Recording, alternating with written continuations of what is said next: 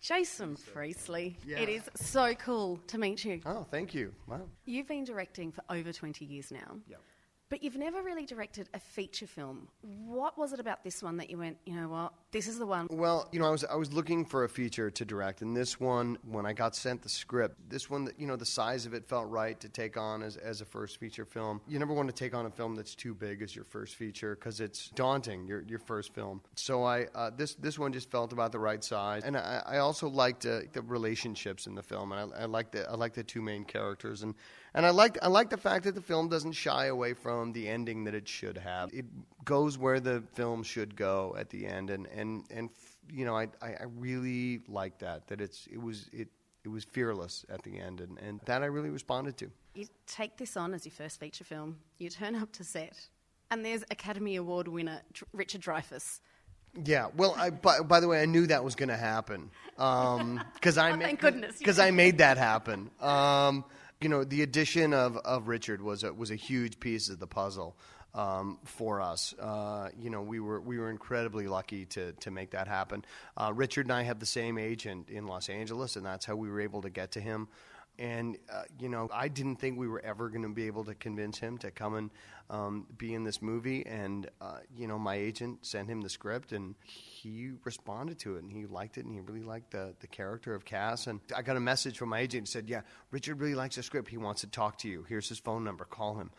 So I called him up. Get out. Hold on. You're punching those digits, right, into your phone. Yeah. What are you thinking? Yeah. I'm thinking, am I really getting on the phone with Richard Dreyfuss right now? So I called him up, and I talked to Richard, and I talked to him for like almost 3 hours. We were on the phone. Yeah, and then, we're talking about the character and thing. He wants to punch this up on the character and develop the character a little more, and so I'm making notes of all this stuff, and things I got to get on the phone with Jesse Gabe, the writer, and rewrite this and change this and the script thing. And by the end of the conversation, Richard was like, "Yeah, all right, great, okay, cool. Well, let's go make a movie." And I hung up the phone, and I was like, I think I just talked Richard into coming and making my movie. It was an unbelievable feeling, and amazing.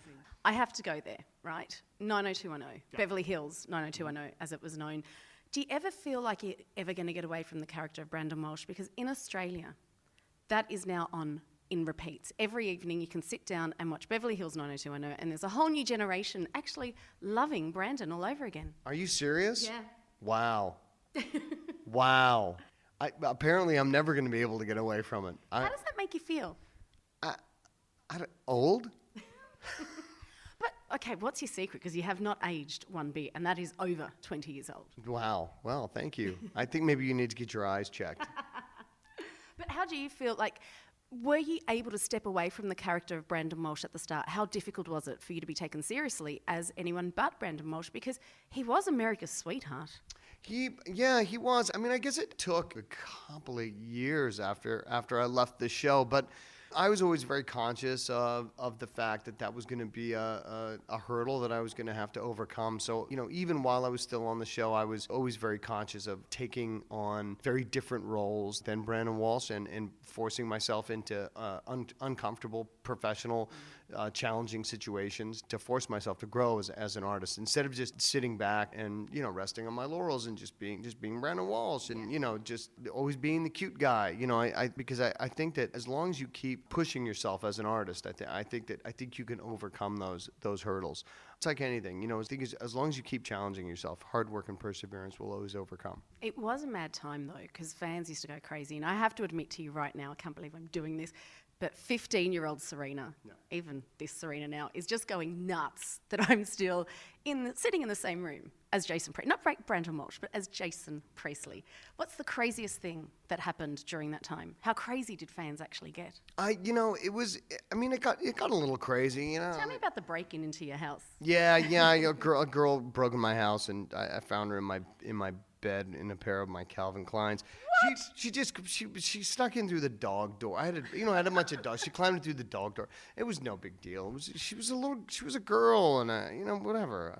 But you still have to go into shock. Like, were you lying in bed and she was next to you? No. I wasn't home. I came home and she was in my house. And as for the rest of it, it was like I never felt threatened or it was nothing. Yeah. There was never anything. It always looked far more crazy than it really was. Like, for real, it wasn't. And and I live in L.A. where there's celebrities are a dime a dozen. That town is lousy with famous people, so it was no big deal. Well, do you know what? It's great. It's great to see that Brandon Walsh is being introduced to a new generation, but it's great to see that Jason Priestley is still working and doing so many different things. Like Call Me Fitz. Yes, yeah, thank you. Yeah, Call Me Fitz is So different to Brandon Walsh. very different from Brandon Walsh. And yeah, we just finished our 4th season of that show, and it's been very successful and does very well. And it's on in 75 countries around the world. For some reason, it is not available here in Ireland or in the UK, which is amazing to me. I know. I don't know why.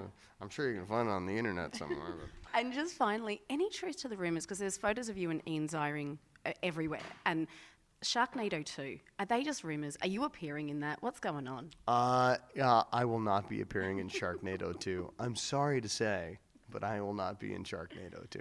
What's next? I'll be on the road with this movie for the next 3 months up until our theatrical release at the end of April. Jason Priestley, look forward to seeing lots more of you. Thank you so much. Thanks so much.